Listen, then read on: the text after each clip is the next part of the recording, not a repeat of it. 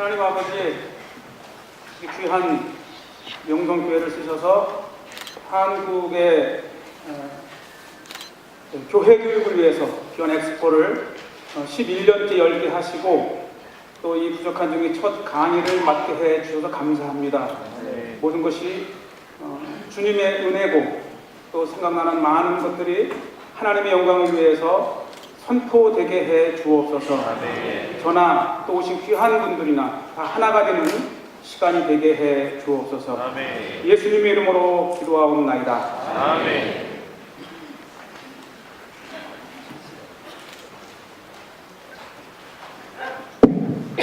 안녕하세요. 인사드리겠습니다. 이강근 목사입니다.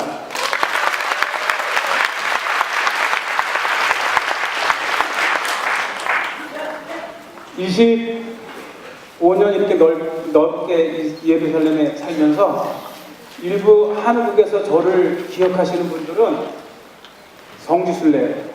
그래가지고 지난 7월에 우리 교단의 장로님들 연합회 수련회에 갔는데 제가 실수로 이렇게 양복을 입고 갔잖아요. 그랬더니 저를 기록하는 많은 분들은 이렇게 딱 하고 모자를 쓰고 열심히 성지를 소개하는 모습을 보면서 왜 양복 입고 간다고. 그래서 오늘 제가 시범으로 잠깐 쓰는데 사실 제가 이스라엘에 살아가면서 이제 거기에서 하나님 은혜를 주셔서 지금 저 고등학교 지난 6월에 졸업한 헌재와 지금 고등학교 2학년 유정이 이렇게 아마 한국인으로는 그 유대인과 결혼하지 않고는 이스라엘에서 두 자녀를 낳아서 유치원 낳았다고 유치원이 그냥 들어가는 게 아니에요. 집에서 한국말 쓰잖아요. 한국말로 하다가 유치원을 돌아갔는데 애가 히브리어를 모르잖아요. 그러니까 4살부터 유치원을 가는데 첫 해는 실패했어요. 죽어도 부모를 안 떠나는 거예요. 그래서 우리 헌재는 4살부터 유학을 시작했어요. 유치원에 기역 니은을 배우듯이 히브리어를 배워서 지금 생각하면 하나님의 은혜입니다. 그 애가 이제 고등학교를 졸업하고 둘째 딸은 고2에 이렇게 재학을 하고 있어요. 그러면서 사실 제가 이 이스라엘에서 뭐 대단한 이 교육에 획기적인 것을 제가 발견을 해서 오늘 뭐 발표를 하는 건 학술적인 아카데믹한 모임이라기보다는 그저 아이들을 학교에 보내고 또 학부모 회의가 있으면은 회의 참석하고 또 아이들이 소풍을 가면 소풍을 따라가고 또 아이들이 자라면서 친구들이 놀러 오잖아요. 그러면서 목사의 자녀가 유대인들의 틈에서 살아가는 좌충우돌은요, 때로는 이 유대인 교육의 위대함이라고 생각하는 분들은 부러움이지만 또 독특한 그 민족적 그 단결이 이루어져 있는 그 유대인들의 틈바구니 속에서 그것도 종교가 다른 예수님을 못 박았다가 하는 유대인들이 기독교인들을 싫어하는 유대인들에게서 이 아이들을 공부시키는 그 긴장이 있었습니다. 사실은 우리가 목사인 것은 고사하고 기독교인이라고 하는 것을 학교에서 말하기를 아이들이 두려워했어요. 그래서 그 아버지가 뭐 하냐 그러면 가이드 뭐 이런. 근데 지금 돌이켜보면 감사한 게 뭐냐면 우리 아이들이 이 유대인들하고 이렇게 생활을 하면서 친구가 옛날에 어렸을 때 맞았죠. 막 유대인도 왕따하고 막 이렇게 동양 사람이니까. 그런데 차츰차츰 적응을 하고 공부도 잘하고 친구가 많아지면서 이제 우리 집에 막 유대인 아이들 다 오는 거예요. 지난 여름에는 우리 헌재 친구가 와서 유대인인데 한 달 동안 우리랑 같이 이스라엘을 이 한국을 방문하면서 명성교회 새벽기도도 나오고, 그때가 또 하필이면 그 치악산 여름 산상성회 때 산상성회도 가면서 드디어 실체를 안 거야. 그런데 이제 우리 집에 오면 이 유대인 아이들의 미끼가, 여러분 라면이 얼마나 맛있는지 알아요? 우리 집에 왔다가 라면에 맛들린 헌재와 유대인 친구들이 오면 라면 먹으러. 그러다가 하루는 애들이 드려. 왜냐면 제가 이제 아이들이 가끔 하면 아는 분들에게 이제 이렇게 선물하려고 십자가로 요만큼 한 봉투 사다 놨어요. 근데 어느 날 갑자기 그래요. 야, 너네들 왜 십자가가 많냐?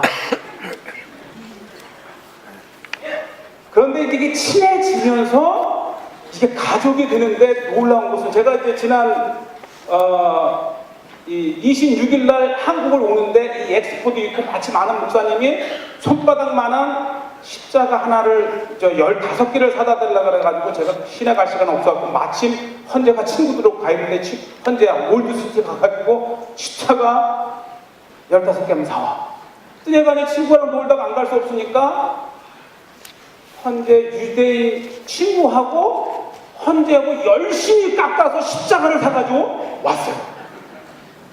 그러니까 이제 완전히 이스라엘의 동화가 되면서 그들도 이제 우리를 한국인으로 여기지 않고 친구로 여기면서 지켜봐온 이스라엘의 교회 현장입니다. 우리가 쉐마 교육인데요. 저는 이제 그런 생각을 합니다.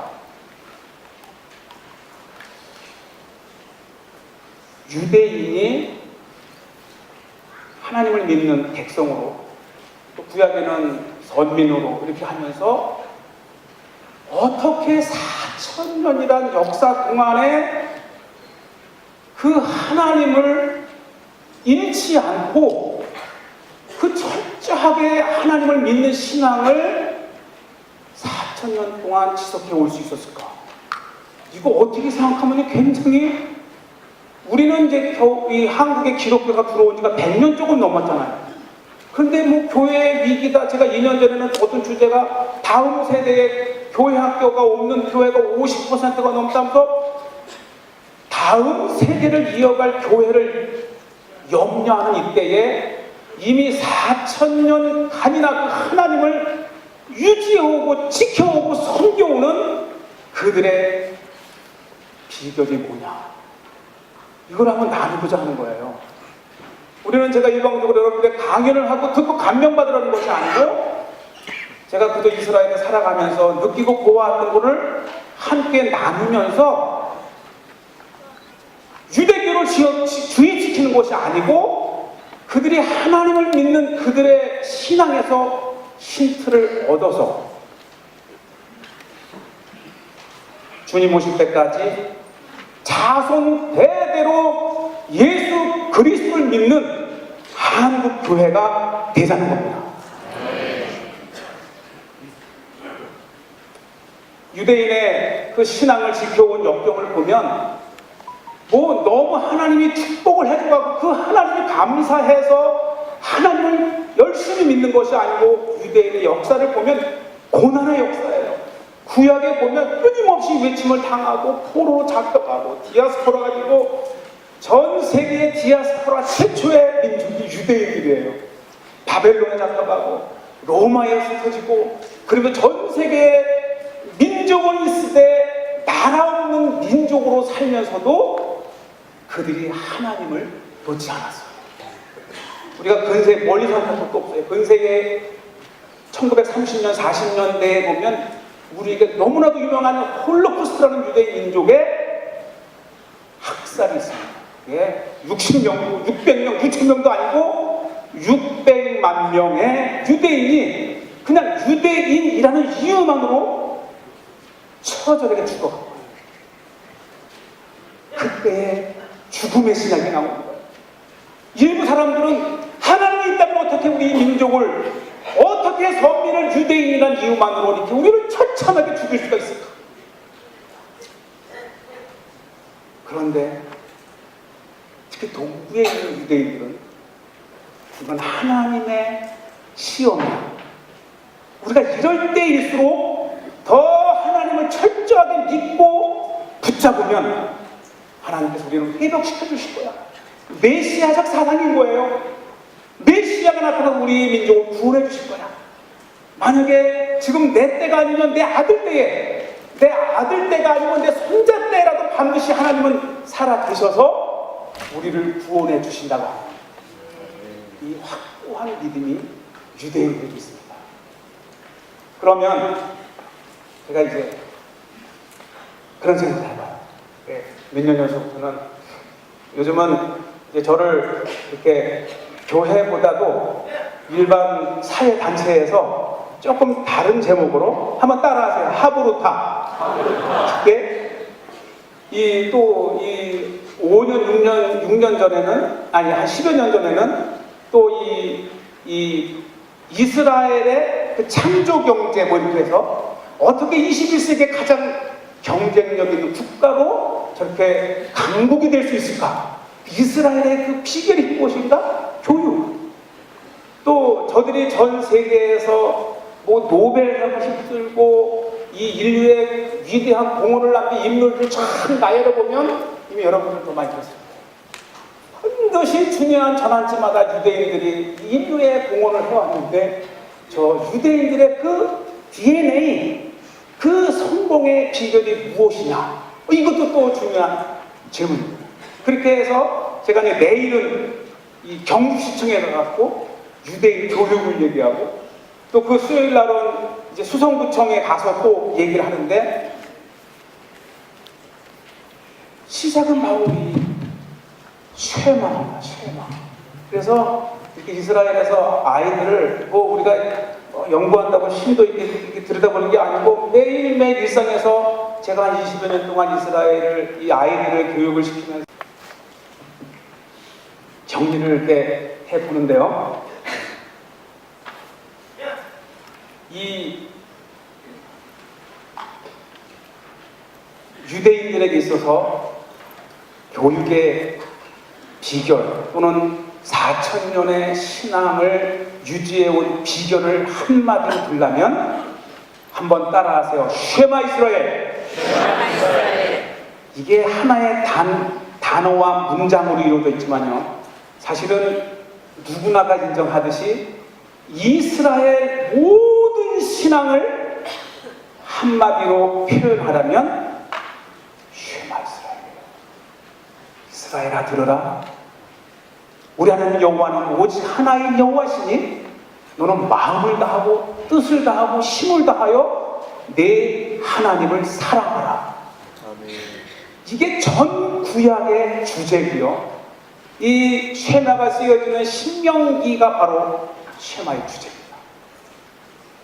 오늘은 제가 이스라엘에서 어떻게 쉐마가 이들의 삶 속에 배어 있는지, 그리고 어떻게 저 쉐마 정신이 유대인들을 철저하게 하나님을 믿는 민족으로 지금까지 유지해 왔는지를 제가 강요하지 않습니다. 그저 나누면서 동의하시면 또 아닐 수도 있다면 그런 마음을 가지셔도 상관은 없습니다. 한번 따라하세요. 이스라엘아 들으라.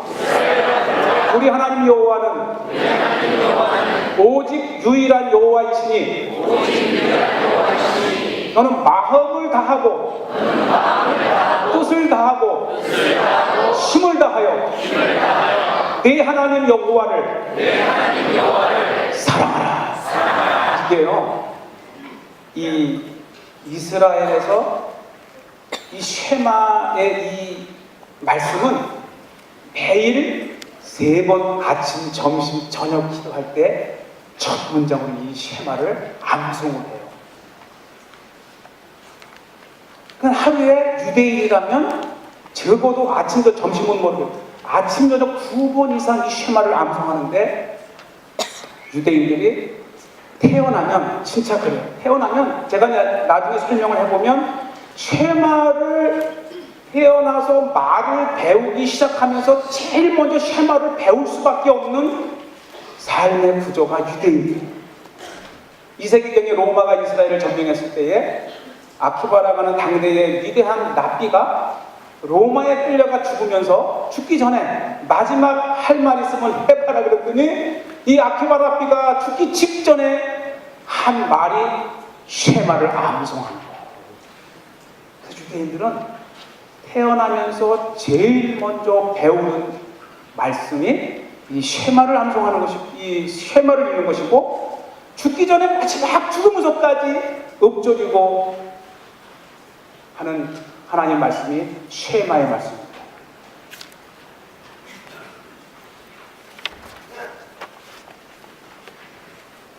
이 쉐마의 말씀이 이스라엘의 삶 구석구석에 되어 있습니다. 저는 그런 생각을 해봐요.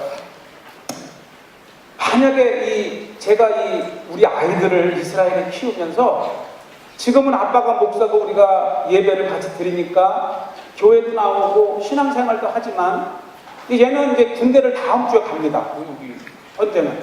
그럼 이스라엘 사람이 되는 거예요. 한 번은 이스라엘에서 한국으로 올 생각도 했지만 태어나면서부터 이스라엘에서 자라고 한국에는 유치원 친구도 초등학교 친구도 그러니까 삶의 배경이 없어요. 그래서 한국에 가자 그러면은 할아버지 할머니 만나는 기쁨과 옷 사고 맛있는 음식 먹는 게 얘는 전부예요. 근데 여기서 만약에 한국에서 살라 그러면은 얘는 외국인이 되는 거예요. 외국인이 되는 거예요. 그런데 현재가 이제 군대를 제대하고 이제 시민권과 함께 이스라엘 살아갈 때에 몇 대나 얘가 기독교의 신앙을 유지할 수 있을까? 그런 고민이 있어요. 내가 얘를 어떻게 해야 얘가 유대인들의 틈바구니 속에서 동화되지 않고 기독교 신앙을 지켜올 수 있을까? 이거는 저에게는 고민이 아니고 아주 심각한 신앙적 도전입니다. 지금 이 아이에게 내가 어떻게 매일 아침 앉혀놓고 너는 절대 예수 그리스도를 떠나만 하고 하더라도 이 아들의 내 손자나 증손자까지 내가 미칠 수 없는 그 너머에 있는 우리 가문의 신앙을 어떻게 유지를 시키게 해줄까?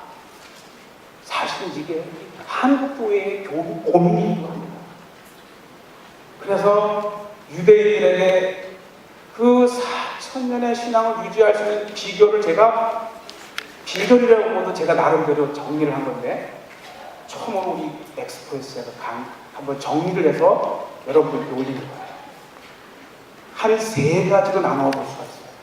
첫째는, 우리가 이제 여러분들은 한국 교회 교육 지도자시기 때문에 지금까지 내가 이 교회 학교에서 해온 그 수업과 공부와 다양한 활동을 통해서 내가 했던 그 영역과 오늘날 이스라엘에서 신앙 교육이 이루어지는 그 영역에 얼마나 공통점이 있고 우리가 전혀 생각하지 못했던 부분에서 행해지는 이스라엘 유대인들의 신앙 교육을 비교를 하고 찾아내시는, 그러나 저는 혼자는 어렵지만 우리 교회학교 지도자 여러분들이 함께 머리를 맞대고 이 받은 힌트를 우리 교회에, 우리 한국 교회에 적용할 수 있는 그 후속 조치까지 있었으면 좋겠다는 소망이 있습니다. 3가지의 분류를 해봤는데, 첫째는 제가 쉐마의 도구들이라고 해서 도구들. 이 쉐마의 도구들은 유대인들은 신앙생활을 할 때에 하는 물건이 있어요. 성주순례에 오게 되면은 그냥 성경책 하나 이렇게 가져가가지고 교회 가서 앉아서 이렇게 말씀 듣고 또 성경 같이 읽고, 그리고 끝나면 같이 식사하고 그러고, 이게 우리의 신앙 패턴일 수도 있어요. 물론 일부 그때마다 교회 안에서 많은 행사를 만들어냈지만 그 행사가 과연 이 아이들의 일상에까지 잡혀질 수 있는 것이냐, 이런 고민 한번 해보시기 바랍니다. 한번 교회에서 확 행사하고 다 돌아가면 다시 접할 수 없는 것들 속에서 이들이 평생을 예수 그리스도를 기억하며 갈 수 있는 장치가 있는가를 한번 비교하시기 바랍니다. 제가 나름대로 몇 개를 가지고 나왔는데 한번 따라, 이게 원래 찢짓인데 이게 아래 한 거는 찢짓이 안 쳐서 찢짓이라고 했는데 히브리 발음이니까 별 차이는 없습니다. 따라서 찢짓, 태필린, 탈립, 매주자. 이스라엘에서 유대인으로 살지 않아도 한국인으로 살아도 예루살렘 한복판에 살아가게 되면은 매일매일 저거를 보며 지내게 돼요. 저 도구 속에 무슨 쉐마의 교훈이 있고 무슨 쉐마의 신호와 무슨 쉐마의 이 비밀이 있는가, 그거를 제가 오늘 좀 풀어드린다. 기대되시죠? 네. 제가 사실 저는 이 이스라엘에서 항상 돌아다니는 사람이에요. 성지순례를 하기 위해서 돌아다니지만은 이 유대인의 관심이 많아가지고 한 20년 넘게 유대인의 행사, 절기, 뭐 할례식, 무슨 결혼식, 모든 것을 다 아마 한국인으로 이렇게 쫄쫄대고 다니면서 이거를 지켜본 사람은 저밖에 없을 거예요. 할렐루야? 네. 여러분들은 저와 이렇게 맞대놓고 얘기를 하면서 이걸 누리는 수혜자입니다. 할렐루야? 네.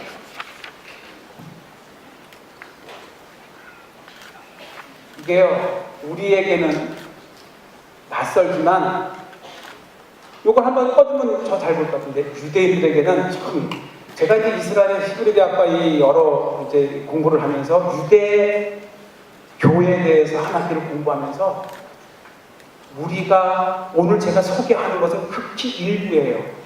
이것 말고도 유대인들이 이 공적이지 않은 내적으로, 개인적으로, 가정적으로 지키는 그거에 얼마나 많은지 몰라요. 유대인들은 삶 자체가 신앙생활이에요.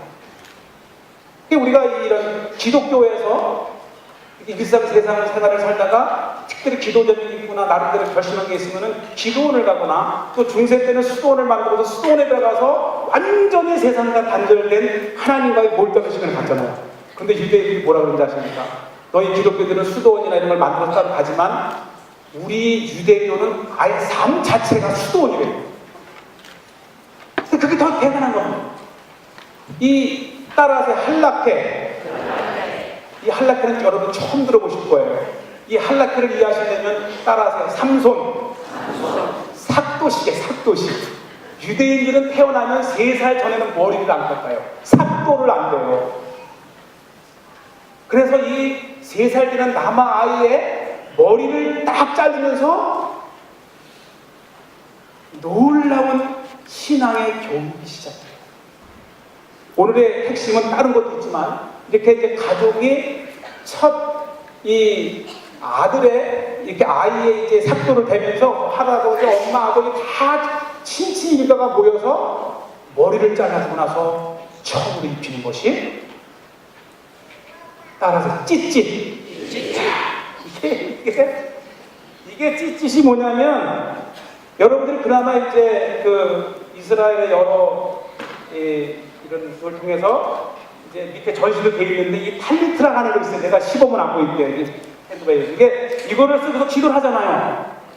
이게 양털로 만들어요. 그래가지고 예를 들어서 부집도 한번 보여요.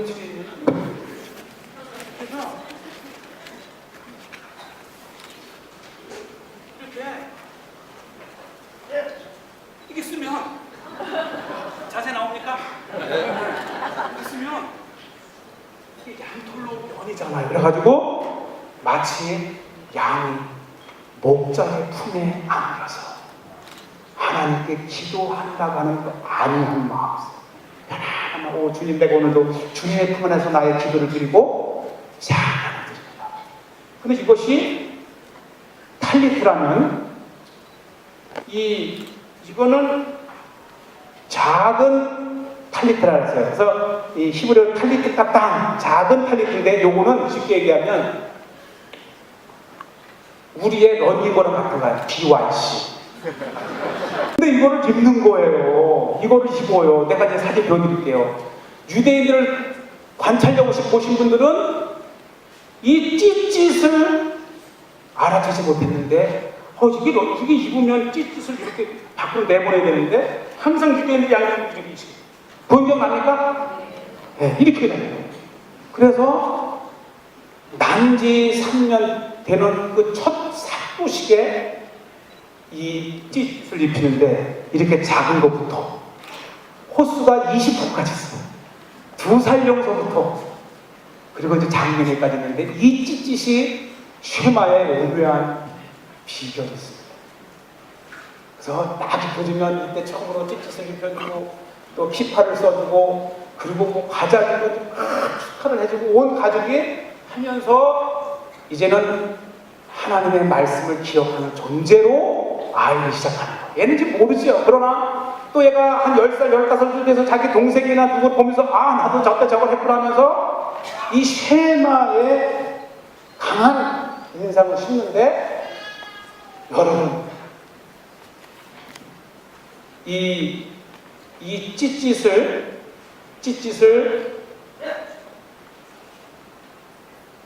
왜 하느냐 이런 식으로 그냥 유대인들은 왜 저 술을 달아? 하면서 근데 민수기 15장 38절을 한번 제가 읽어드릴게요.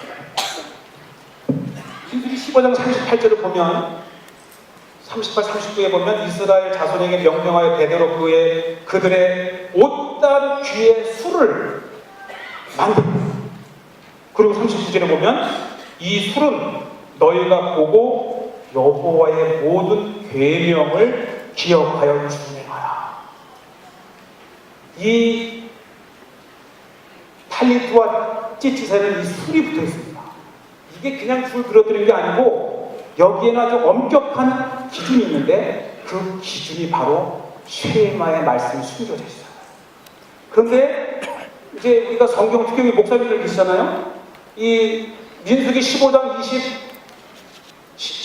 38절에 보면 거기에 주가 있어요. 주 관련 구절을 어디로 인도하냐면 누가복음 8장 44절 표시해주세요. 누가복음 8장 44절에 보면 이런 말씀이 나옵니다. 여러분들 잘 아는 혈루증 앓는 여인이 예수님의 옷자락을 받는 구절을 연결이 됩니다. 그래서 예수의 뒤로 와서 그의 옷가에 손을 대니 혈루증이 즉시 그쳤더라. 이때 이 여인이 받은 받은 옷가 바로 찢짓이라는 것입니다. 성경이 성경을 해석해 주는데 유대인들이 달고 다니는 이 찢짓을 예수님도 착용하셨다고 합니다. 그럼 왜 찢짓에 쉐마의 말씀이 숨겨져 있느냐? 바로 그래서 지금 이게 사진 찍었지만은 요거잖아요. 이거 보시겠어요? 이게 사진이 줄어들어서 그런데 바로 이 찢짓을 이 여인이 잡고 예수님의 옷자를 꽉 잡는 것이 아니고 하나님의 말씀을 상징하고 율법을 상징하는 이 찢짓을 잡고 주님의 능력을 이루어갑니다. 유대인들이 이렇게 해석을 해놓는 것인데 이렇게 입어요. 참 신기하지 않습니까? 찢짓을 착용하기 시작하는 모든 유대인들은 죽을 때까지 이 찢짓을 입는 거예요. 그래서 보면 항상 꼭 옷을 늘어뜨리는 것 같잖아요. 단정해요, 안 단정해요? 그렇지만 유대인들은 저렇게 입으면서도 내가 하나님의 말씀을 지키고 품고 늘 상기하며 산다는 것을 이렇게 보여줍니다. 보세요. 유대인들 특히 보면 다 이렇게 있어요. 또 양복 입는 사람들인 것이 이 찢짓은 요거를 보면 지금 제가 말씀드린 것은 유대인들의 숨겨진 쉐마의 교육을 소개하는 겁니다. 이 술을 보면 이 술이 그냥 이렇게 한 것이 아니고 이 끈을 따라 8줄을 이렇게 5개의 묶음으로 하고 이제 이렇게 되는데 8개의 줄을 한 묶음, 둘, 셋, 넷, 5개의 묶음으로 나뉩니다. 그 다음에 이를 감는데 따라서 7번, 8번, 11번, 13번. 이게 숫자예요. 그러니까 이게 철저히 지켜지면서 찢짓이라는 것을 만들어냅니다. 그럼 여기에 무슨 의미가 있는지 이걸 이제 히브리어를 알아야 이해가 확 오지만 제가 이렇게 설명을 할 때 그런 의미가 있다고 하는 것을 이해를 하시고 후에 좀 기회가 되면 더 자세히 보셨으면 좋겠어요. 이 보면요 이 8개의 줄을 5마디로 만들어요. 5마디로 만들어서 13시간 숫자를 만들어냈는데, 그래서 예를 들어서 이런 이 5마디가 토라다 이렇게 합니다. 창세기에서부터 신명기까지. 이것도 나중에 후에 제가 탈무드로 설명하면서 말씀을 드릴 거고요. 이 마디를 7번 감고, 8번 감고, 11번 감고, 13번을 이렇게 감으면서 숫자를 가지고 따라하세요. 이게 이제 한글 성경, 저는 사실 유일한보다도 오직 하나인 여호와라는 말을 더 했는데, 따라하세요. 오직 하나인 여호와. 이거를 여러분이 기억을 하는 거예요. 그래서 이 히브리어의 숫자를 보면은 우리가 아라비아 1, 2, 3, 4를 쓰지 않고 우리로 치면 기억, 니은, 디귿 이것을 해서 기억은 1, 니은은 이런 식으로 지금도 종교인들은 아라비아 숫자를 안 써요. 그래서 이스라엘 달력을 보면서 올해가 2018년이라는 것을 읽을 수가 없어요. 이 암호로 되어 있기 때문에. 그래서 이스라엘의 동화가 되려면 유대인들이 쓰는 숫자 개념부터 먼저 공부를 해야 날짜도 연도도 알 수가 있는데, 이 7마디를 감은 것과 8마디를 감은 것을 합치면 몇이 돼요? 15. 그럼 15은 예를 들어서 유두해이라 그래요. 우리 이 학년을 표시할 때 너는 몇 학년이야? 그러면 우리는 지금 기억 학년이야, 우리는 디귿 학년이야, 뭐 이렇게 얘기를 하는데, 알렙 학년, 뭐 기타 알렙, 기타 베트 나가는데 15은 숫자로 따라하세요. 유두, 헤이. 이게 히브리어인데 유두 헤이가 바로 이 7과 8에 담겨져 있습니다. 그 다음에 11은 따라하세요. 바브 헤이. 그래서 이 바브는 5고 헤이는 6입니다. 그래서 숫자로 유두 헤이, 바브 헤이가 바로 이 두 숫자에 나와 있어요. 이렇게 11.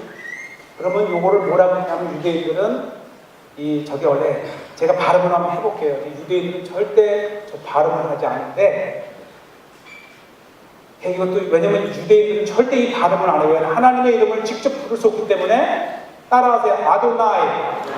이게 발음은 아도나이 발음이 아닌데 아도나이 하게 되면 주, 롯. 근데 저는 이제 한국인들 감히 발음을 해보면 따라하세요. 여호와잖아요. 제가 유대인들이 신앙 있는 분이 있을 때 내가 예후바하고 좀 기겁을 해요. 하나님의 이름은 감히 우리가 부를 수 없는 위대한 존재를 어떻게 네가 감히 발음을 하느냐. 그래서 유대인들은 이것을 따라서 아도나이. 그 다음에 이 13이라는 숫자가 왜 나왔어요? 13번을 감았다는 뜻이에요. 그럼 이 13은 따라서 알렙. 이 기억은 1. 그 다음에 헤트. 그 다음에 달렛.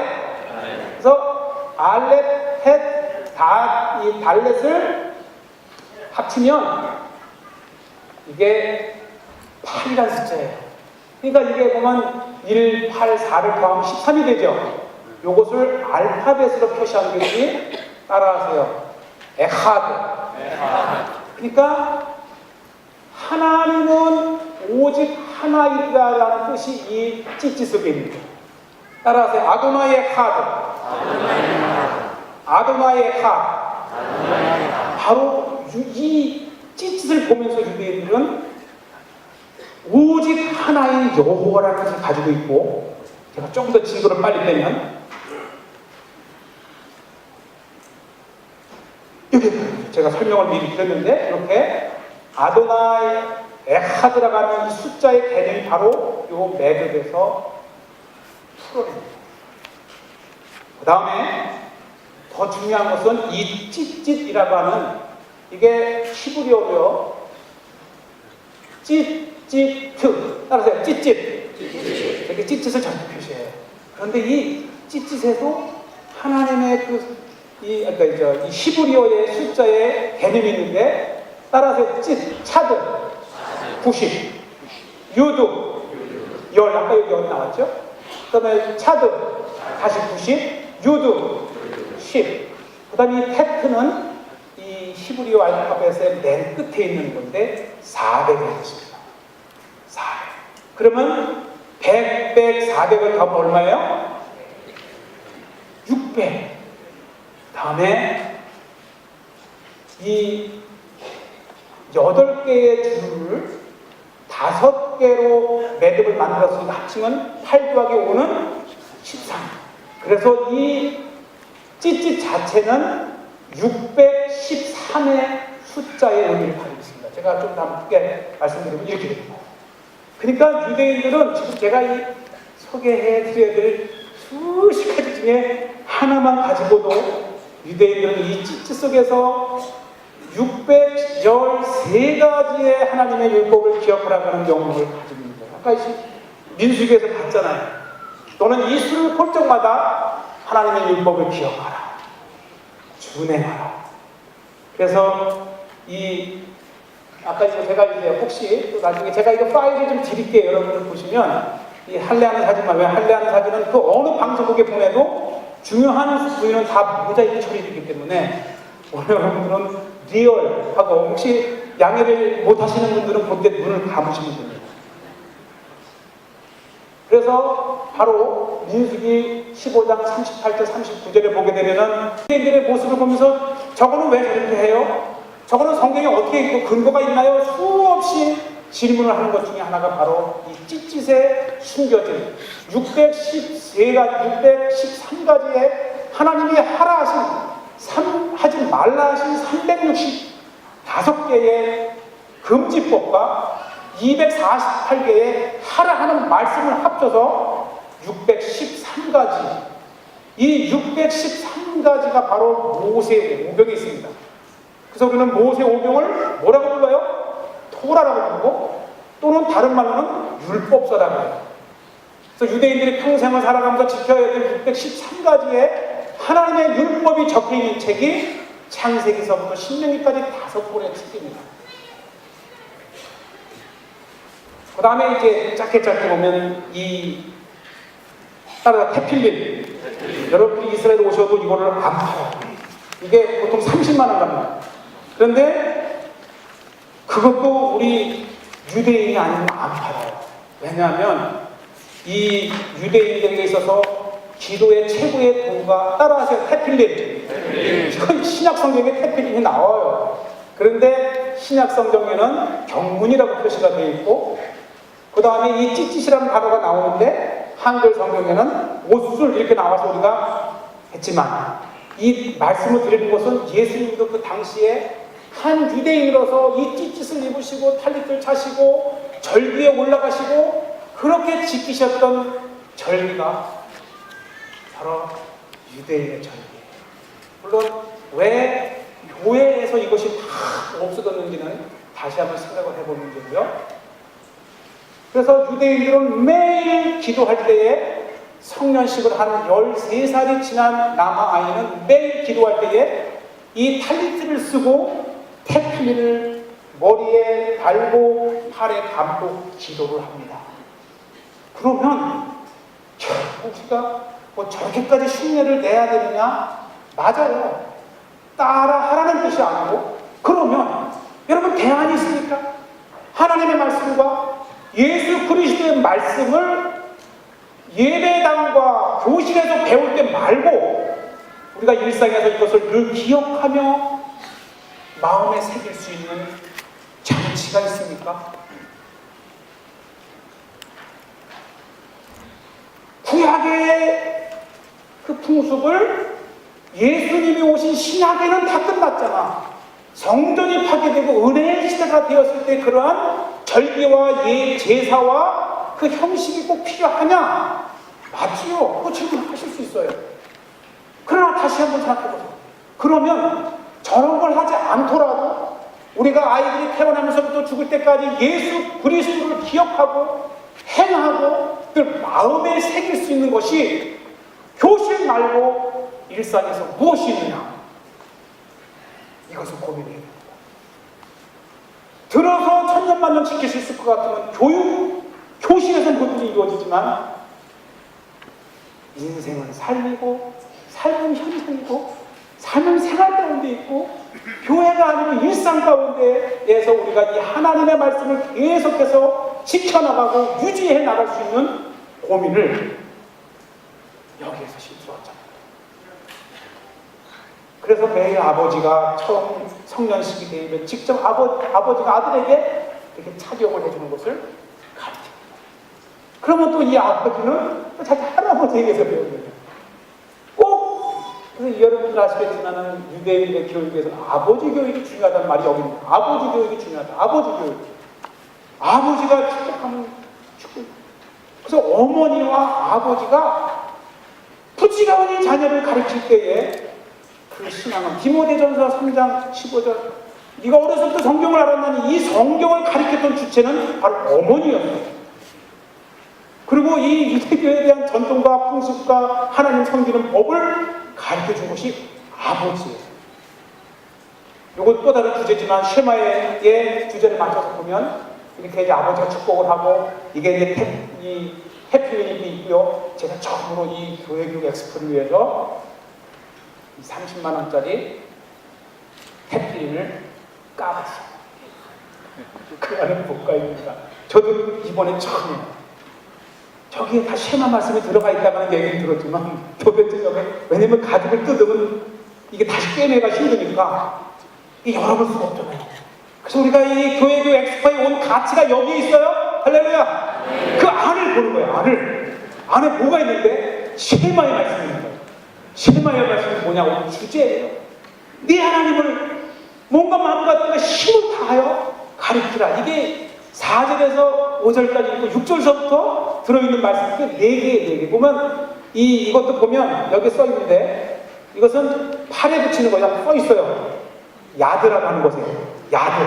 왜 야드냐? 왼쪽이냐? 심정에 가까운 곳에 하나님의 말씀을 가까이 두라는 거예요. 왜 머리냐? 모든 거에 있어요. 이게 머리에 쓰는 거에 똑같이 셔나가 들어있는데 까보니까 양식이 달라. 저는 머리에 쓰는 거에는 이 두루마리가 함께 다 쉐마의 말씀 9절까지 4절 9절까지 들어있고 팔에 붙이는 거는 4개로 나뉘어서 자세히 보면 9절이 4개로 나뉘어져 있는 것을 4칸을 만들어서 주는데요. 지금 이스라엘에서 가장 이 테필림이 발견되는 것이 오래된 것이 어디서 나왔냐면 여러분 성지순례 가시면 쿰난 가시죠? 쿰난 출판사 말고 쿰난에 가면 거기에서 아주 초기 형태의 테필림이 발견이 됐어요. 우리가 왜 이 쿰난을 공부해야 되냐면 쿰난은 예수님 시대 때의 유대인 공동체가 있던 곳이에요. 그래서 쿰난에서 나온 그릇은 예수님도 이러한 그릇을 먹었을 것이다. 그런데 쿰난에서 테필린이 나왔다는 것은 예수님도 테필린을 착용했었을 것이다. 그런데요, 예수님께서 하신 말씀 중에 이 테필린과 이 찢짓을 언급한 구절이 있어요. 여러분들이 이 구역과 신약의 이 단절을 만드는데 이 마태복음 23장 5절을 보면요, 예수님께서 이제 이 서기관들과 바리새인들을 꾸짖으실 때 하신 말씀 중에 이런 구절이 나옵니다. 그들의 모든 행위를 사람에게 보이고자 하나니 곧 그 병문 띠를 넓게 하며 옷수를 길게 하고, 이거 시브리어 원문에 보면 그 병문이 바로 이거를 말하는 거예요. 경문, 따라서 경문. 다음 번역할 때 테필린이라고 하는 고유 명사를 써줬으면 좋겠어요. 테필린을 그 넓게 하며, 그 다음에 뭐예요? 옷수를 길게 하고. 이게 이 외식하는 바리새인들을 위해서 하나 예수님께서 말씀하실 때에 바로 이 테필린과 찢짓을 언급하십니다. 자기가 의롭게 보이려고 이 찢짓을 길게 들였다는 거예요. 이러한 이 바리새인들을 꾸짖으실 때 하신 말씀 중에, 그러니까 예수님 시대 때에도 그걸 단 사람이 있었고, 어쩌면 예수님도 유대인으로서 이거를 바랐고, 아까 제가 누가복음 8장 44절에 그 혈류증 여인 잡았던 것이 바로 찢짓이라는 걸 볼 때, 예수님도 당시에 한 유대인으로서 이 모든 것을 착용하시며 익숙하셨다고 하는 것입니다. 그래서 이제 쭉 제가 보여드리고 그 다음에 매주자라고 하는 거 들어보셨죠? 매주자. 왜냐면 신명기 6장 4절에서 보면은 들어가면 나가면 그 말씀을 기억하기 위해서 문설주에 달구할 때 이 쉐마 말씀을 문설주에, 그래서 심지어는 우리가 이 예루살렘에 가면 큰 성문에도 매주자를 크게 달아놓고, 이번에 보니까 이스라엘의 공항에 할 때도 공항 에어포트 공항 입구에도 엄청 큰 거를 제가 찍어서 한번 페이스에 올려봤어요. 제가 말씀드린 따라서 찌릿, 탈립, 테필린, 매주자. 그것까지만 도구들을 설명하는데, 그거 말고도 나머지는 밑에 내려가시면 이 30여 가지의 물품을 전시를 해놨어요. 그거를 쓱 보지 마시고 그곳에서 교육의 힌트를 얻으시기를 바랍니다. 그 다음에 쭉쭉 보시면 그래서 이거 아까 23장 5절에 예수님께서 하신 말씀 중에 바로 이렇게 경문 따라 테필린, 그 다음에 옷을 찢짓, 이것이 예수님께서 익히 하셨다고 하는 것이고요. 그 다음에 두 번째는 유대인이라면 태어나면서부터 죽을 때까지 일정 간격으로 개인적인 예식이 있습니다. 우리가 태어나면 조를 해주고 또 생일 파티를 해주고 결혼식 할 때 결혼식을 하듯이 유대인들에게는 주인공이 될 수 있는 일생에 정말 주인공이 될 수 있는 것이 5가지가 있습니다. 그 중에 하나가 장례식입니다. 한번 죽으시면서 준비하시면 모르겠지만 이 예식을 보면 먼저 한번 화면을 보시게 되면 이게 할례식인데, 제가 이스라엘 예루살렘에서도 이 사진을 잘 찍는다는 소문이 나가지고 종교인들이 자기 집 행사에 와달라고 그래가지고 수십 번 봤어요. 그 중에 하나 가장 만만한 게 앞집 손자 할례식을 제가 보여드리는데, 유대인들은 지금 제가 말하는 개인 예식은 초청받지 않은 갈 수가 없는 곳이라 이렇게 귀한 기회에 여러분들이 그 중에 하나를 보는데,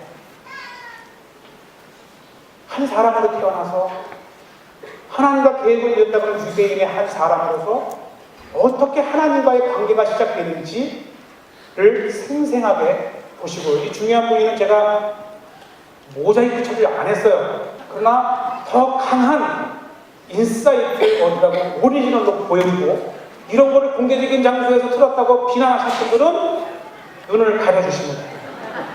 틀어주세요.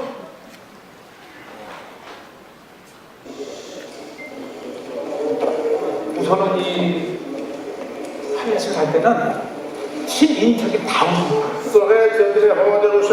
아기가 아기를 아니 며칠 만에요? 8일 만에 하나님 앞에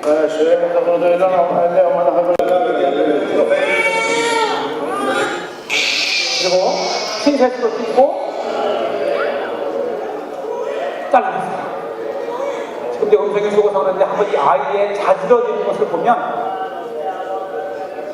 처음 직후에는 아이가 무통입니다.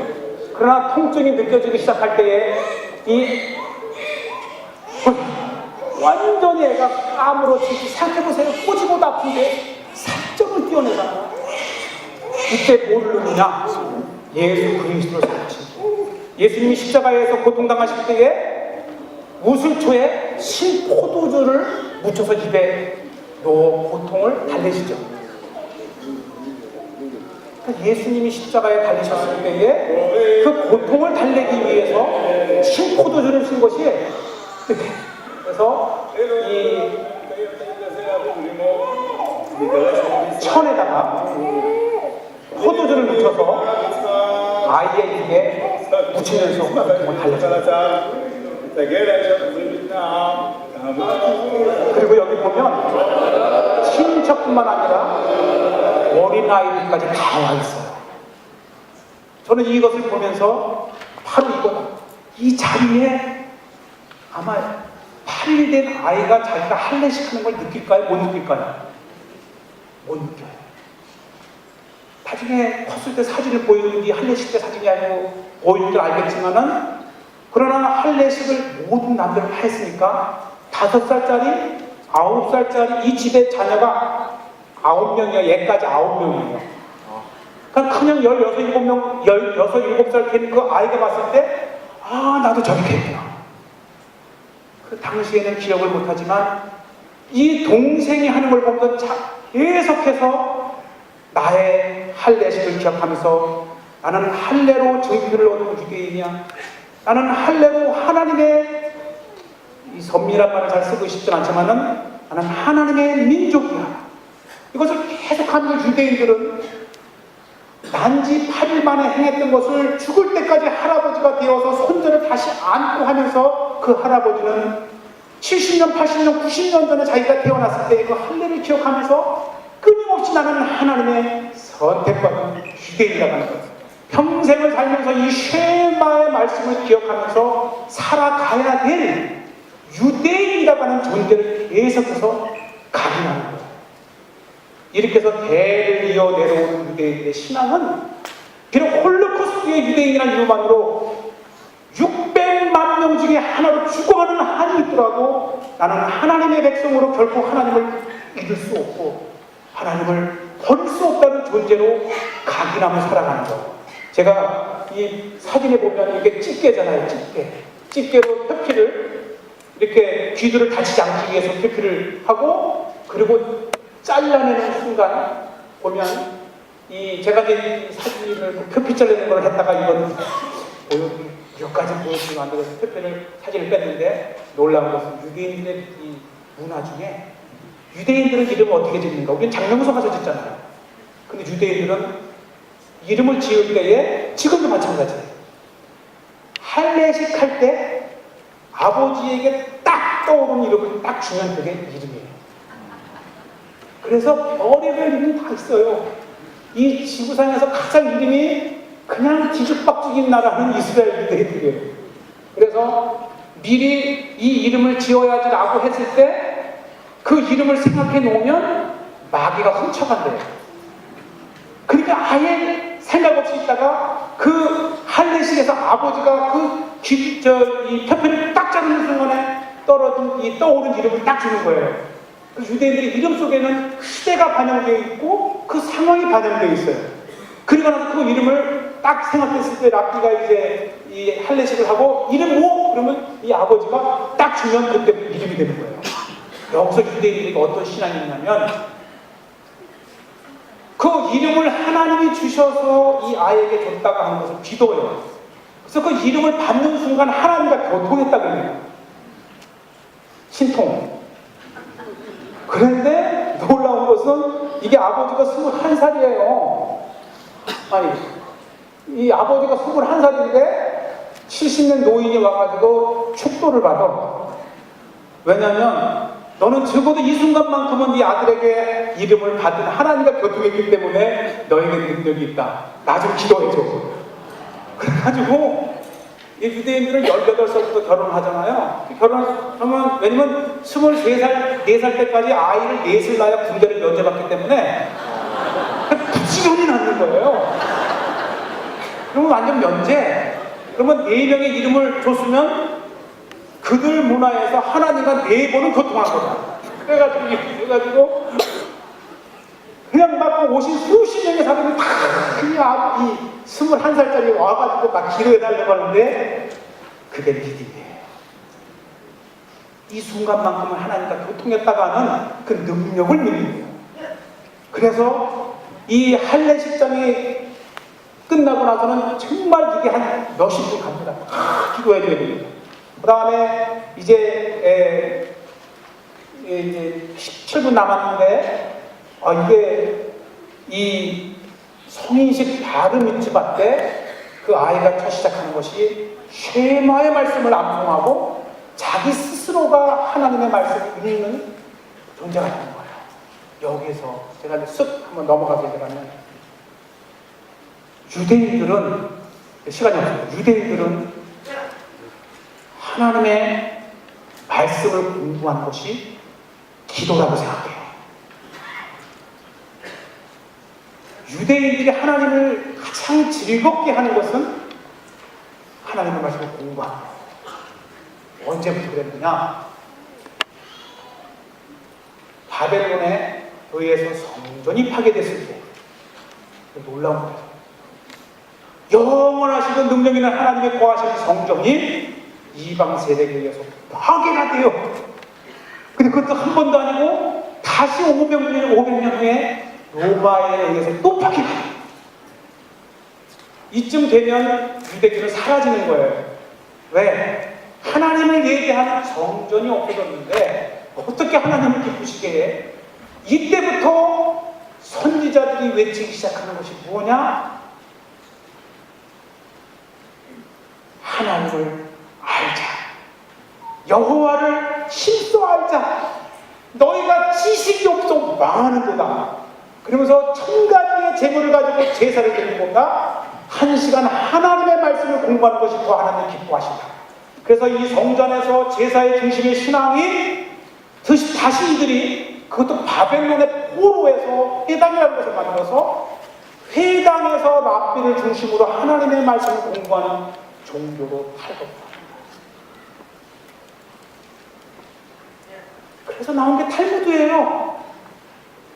하나님을 기쁘게 하려면 하나님을 알아야 하잖아요. 하나님을 알려면 공부를 해야 되잖아요. 여기서 기독교와 유대교의 엄청난 차이가 있어요. 성전이 파괴된 이후에 예배를 주저할 제사장이 없어진 유대인들은 스스로가 하나님을 알아가야 되는 존재로 변명지어집니다. 그런데 우리는 어떻습니까? 우리는 다 목회자들이 평신도를 가르쳐야 돼요. 이 중세 시대 때는 500년 동안이나 어떤 일이 있는지 아세요? 이 가톨릭 신부들이 평신도들이 함부로 하나님 말씀을 보다가 잘못 보면 오해할 수 있다는 이유로 평신도들은 성경을 보는 것을 금지시켰어요. 오직 성경은 성직자가 배워서 가르쳐주는 겁니다. 이러한 시대에서. 그러니까 유대인들은 기도를 해도 책을 놓고 하는 거예요. 통곡역에 가면은 기도할 때 이 한국 사람들은 주여 궁을 구하지만은 유대인들은 계속 이 책을 놓고 는 거죠. 따라서 하레디는 이 흔들다는 뜻인데 이 하레디의 원어는 성령 받은 거예요. 신들린 성령이 임한 거예요. 그래서 유대인들은 이 사울도 그렇고 기도할 때 막 성령 받은 몸이 떨립니다. 그래서 기도할 때는 하나님 임해서 내 몸이 떨린다고 생각하는 거예요. 그래서 그들 사람들 이름을 하레디라고 불러요. 하레디. 그래서 이 성국구벽에도 가면 마치 이 신들린 것처럼 이름을 흔들어주는 거예요. 그러면 오래 기도할 수가 있어요. 심심하지 않고 운동도 되고.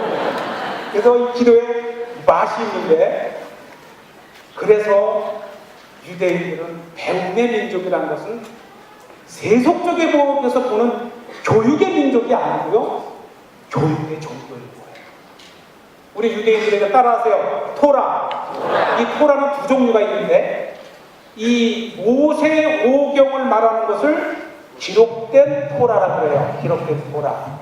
근데 또 하나의 구전 토라가 있는데, 그것을 이제 오럴 토라, 구전 토라라고 하는데, 이것은 뭐냐면, 예를 들어서 이 성경에는 초막절을 지키라 라고 기록이 이제 모세 오경에 되어 있으면 지켜야지. 그런데 그것을 어떻게 지켜야 되는지를 자세하게 설명한 것은 구전 토라에 있어요. 구전 토라. 이것이 다 입에서 입으로만 가는 거였는데, 바벨론 포로를 가고 유대인들이 막 민족이 없어질 정도로 이렇게 됐을 때 유대인들이 안 되겠다. 이것은 후대에 없어지기 전에 기록으로 남겨야 되겠다 생각을 해서 220년경에 이 구전 토라를 기록으로 남기게 됩니다. 어려운 거 없어요. 우리가 유대인들을 공부하면 따라서 미드라시. 이 미드라시는 이 쓰여진 이 토라를 주석해 놓은 것을 미드라시라고 해요. 이건 문제가 없어요. 어차피 쓰여진 정경이니까. 그런데 쓰여지지 않은 구전으로 내려오는 것들을 감히 유대인들이 기록으로 남길 시도를 했어요. 그렇게 해서 태어난 것이 따라서 미시나가 뜻이 반복이라는 뜻이에요. 왜냐하면 입에서 입으로 전달되는 것을 한 번 들었다고 되겠어요? 그러니까 이 토시 하나 틀리지 않고 입에 암송하려면 끊임없이 반복해야 되는 게 미신합니다. 그런데 막상 우리가 이렇게 하라고 하도 잘 들어도 막상 하려다 보면 궁금증이 생겨요, 안 생겨요? 그래서 야, 이 미신화도 좀 더 해석을 해줘야 되겠다 생각을 해가지고 이 미신화를 한 구절씩을 갖다 놓고 이 미신화를 다시 재해석을 해. 여러분 탈무드가 뭔지 아세요? 뭐 뜻하면 탈무드 공부하다는 뜻인데, 탈무드는 구전율법을 해석해 놓은 것이 뭐라 그랬어요? 이럴 줄 알았어요. 따라서 미신화. 근데 미신화가 또 어려워. 그래서 그 미신화를 한 구절씩 갖다가 놓고 그 주변에 해석을 해 놓은 것을 금하라. 자, 제가 그러면 바로 탈무드 한번 껴주세요. 탈무드.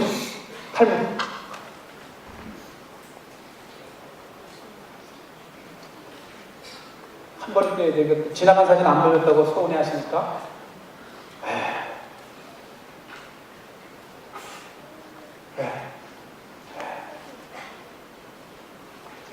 이게 바로 이렇게 가지고 자, 이렇게 보면 이게 여러분들은 지금 처음 밑에 이 탈무드 전권 20권을 제가 갖다 놨어요. 그게 60kg예요. 60kg. 가방 2개로 나누어서 가지고 왔어요. 근데 이 탈무드는 무엇이냐? 오늘 이것만 아셔도 여러분들은 엄청 박식해지는 거예요.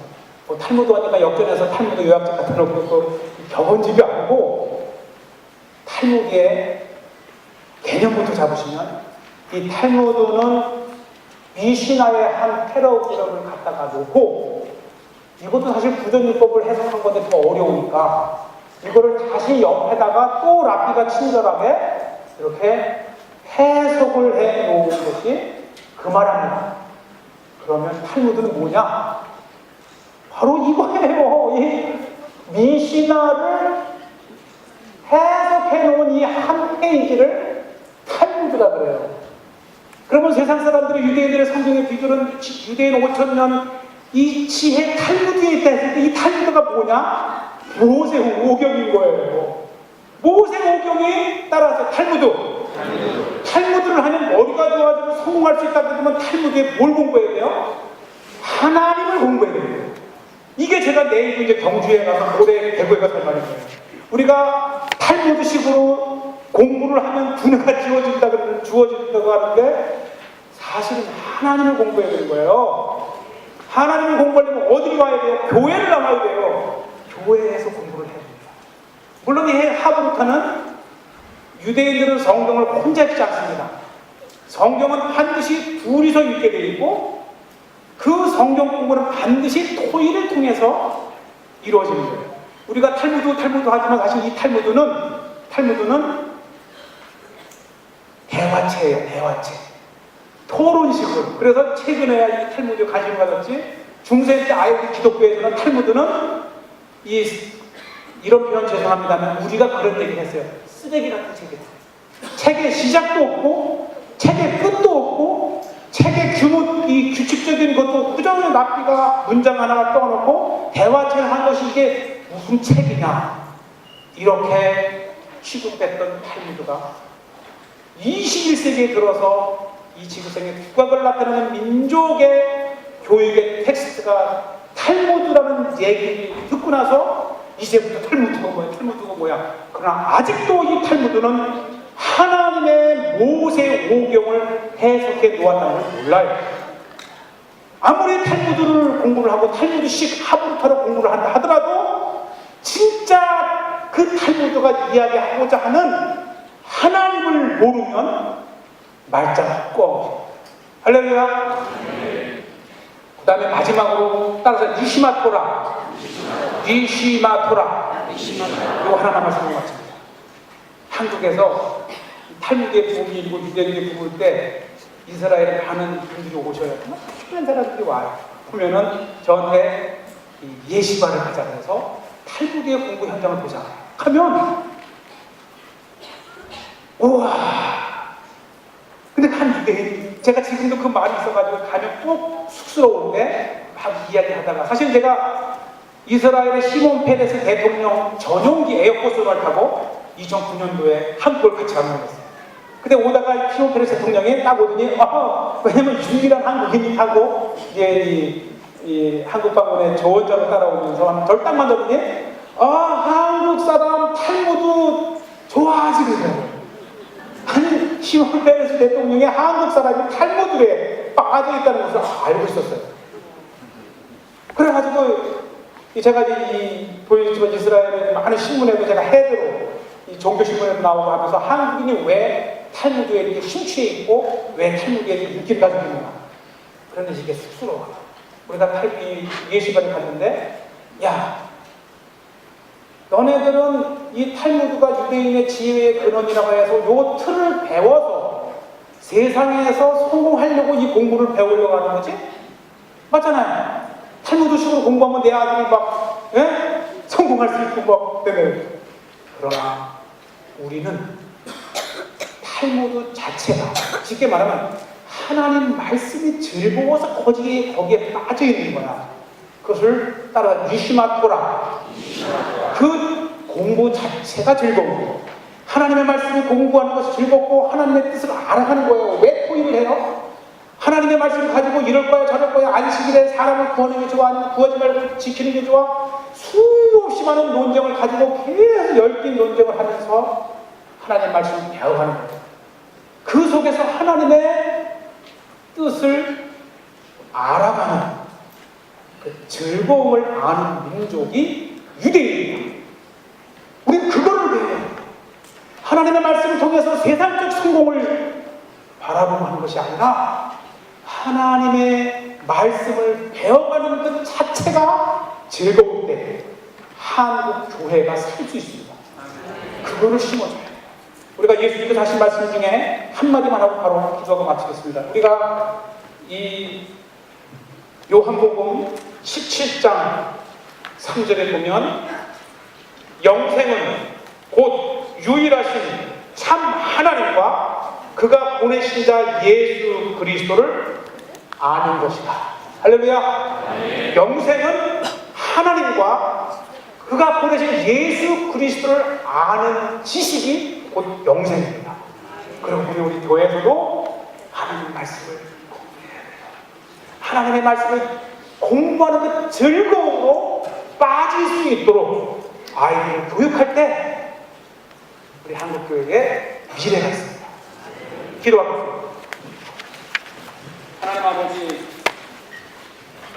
영원하신 주님을 찬양합니다. 생명 되신 예수 그리스도를 찬양합니다. 이렇게 좋으신 예수 그리스도를 공부하는 것이 즐거운, 그래서 즐거워서 예수님을 공부하고 하나님을 공부하고 성경을 공부하는 한국 교회의 시작점이 되게 해 주옵소서. 예수님의 이름으로 기도하옵나이다.